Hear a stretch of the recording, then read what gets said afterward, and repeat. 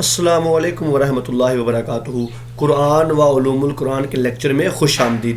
آج کے لیکچر میں ہم دیکھیں گے کہ علوم القرآن کی اہم کتب یا تفسیری ماخذ کون کون سے ہیں۔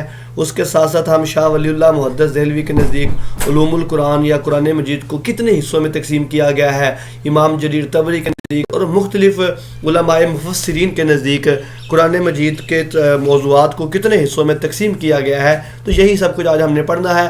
آئیے شروع کرتے ہیں آج کے لیکچر کو۔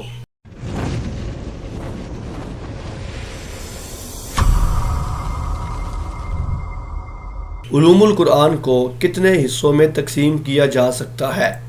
یہ آپشن درست ہے، 2 حصوں میں۔ یہ عمومی طور پر ہے، یعنی کہ ایسے اولاً وہ علوم جو قرآن مجید سے ماخوذ ہیں، یعنی کہ جو قرآن مجید سے نکلے ہوئے ہیں، انہیں کہتے ہیں علوم فی القرآن، یعنی کہ قرآن مجید میں یہ علم موجود ہے۔ مثال کے طور پہ افلا ینظرون الی الابل کیف خلقت، تو اس میں جو ہے زولوجی باٹنی کا پورا علم ہے، یا اس ویل السماء کیف رفعت، آسمان کا اسٹرانومی کا علم اس میں موجود ہے۔ ویل الارض کیف سطحت، ہم نے زمین کو پھیلا دیا، اس میں جغرافی کا علم موجود ہے۔ اور دوسرے وہ علم ہے جو قرآن مجید کو سمجھنے کے لیے سیکھے جاتے ہیں، اور انہیں کہتے ہیں علوم للقرآن، یعنی کہ وہ قرآن کے لیے علوم ہوتے ہیں۔ قاضی ابو بکر رحمہ اللہ نے قرآنی علوم کو کتنے حصوں میں تقسیم کیا ہے؟ سی آپشن درست ہے، 3 حصوں میں۔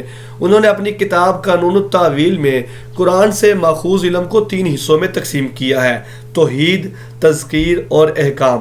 مصنف کہتے ہیں کہ سورہ فاتحہ کو ام الکتاب اس لیے کہا جاتا ہے کہ اس میں تینوں اقسام، یعنی اس میں توحید بھی موجود ہے، تذکیر کا مطلب ہوتا ہے کہ یاد دہانی، نصیحت، وہ بھی موجود ہے، اور احکامات کا ذکر موجود ہے۔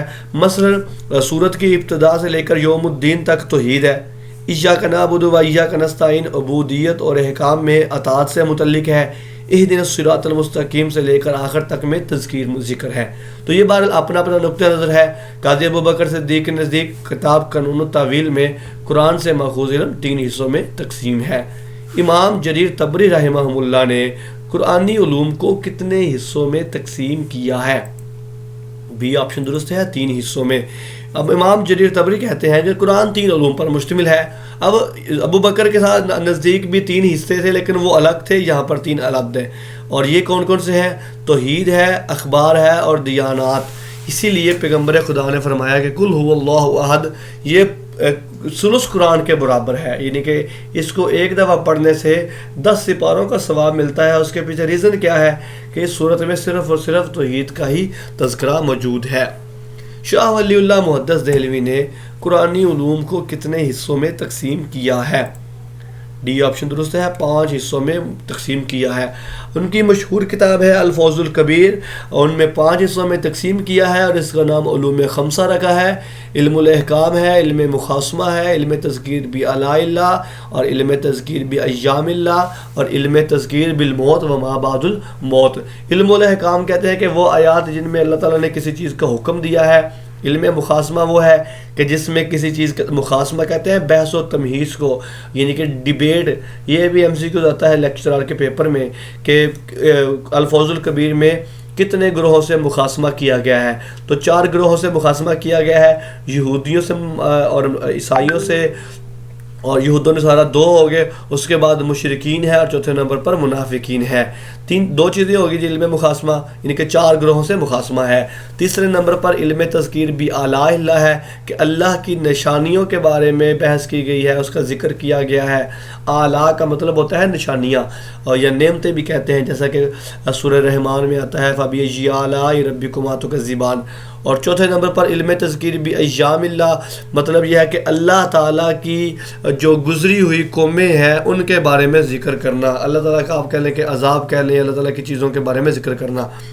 اور 5ویں نمبر پر علم تذکیر بالموت و ما بعد الموت، یعنی کہ وہ چیز جس میں موت سے پہلے اور موت کے بعد کا مناظر کا ذکر کیا گیا ہے۔ نیکسٹ MCQ ہے امام ابن تیمیہ نے قرآنی علوم کو کتنے حصوں میں تقسیم کیا ہے؟ یہ آپشن درست ہے، 10 حصوں میں۔ کہتے ہیں جی قرآنی آیات جو ہے، یہاں پر قرآن کی جو آیات ہیں اس کو 10 حصوں میں تقسیم کیا جا سکتا ہے۔ محکم متشابہ ہے، ناسخ منسوخ ہے، 4 ہوگی، آیات احکام 5، آیات القصص 6 ہوگی، آیات الامثال و مواعظ 8 ہوگی، آیات المیعاد اور الآخرہ یہ 10 موضوعات میں کہہ لیں کہ قرآنی آیات کو تقسیم کیا گیا ہے۔ الاتقان فی علوم القرآن کے مصنف کون ہیں؟ درست آپشن ہے سی، امام سیوطی رحمہ اللہ۔ علوم القرآن کے متعلق چند اہم کتب کو بھی آپ نے یاد رکھنا ہے۔ الاتقان فی علوم القرآن یہ جلال الدین سیوطی کی ہے۔ الاحسان فی علوم القرآن جو ہے یہ ابو عبداللہ محمد بن احمد بن سعید عقیلہ مکی حنفی۔ اور البیان فی علوم القرآن جو ہے یہ امام جرجانی کی ہے۔ بدائع البرہان فی علوم القرآن جو ہے محمد افندی کی ہے۔ البرہان فی علوم القرآن علامہ زرکشی کی ہے۔ اور البیان فی علوم القرآن جو ہے یہ محمد علی صابونی رحمہ اللہ کی لکھی ہوئی کتاب ہے۔ اسی کے ساتھ ہی قرآن و علوم القرآن کے لیکچر کا اختتام ہوتا ہے۔ آپ کی سماعتوں کا بہت بہت شکریہ۔ اللہ حافظ و ناصر۔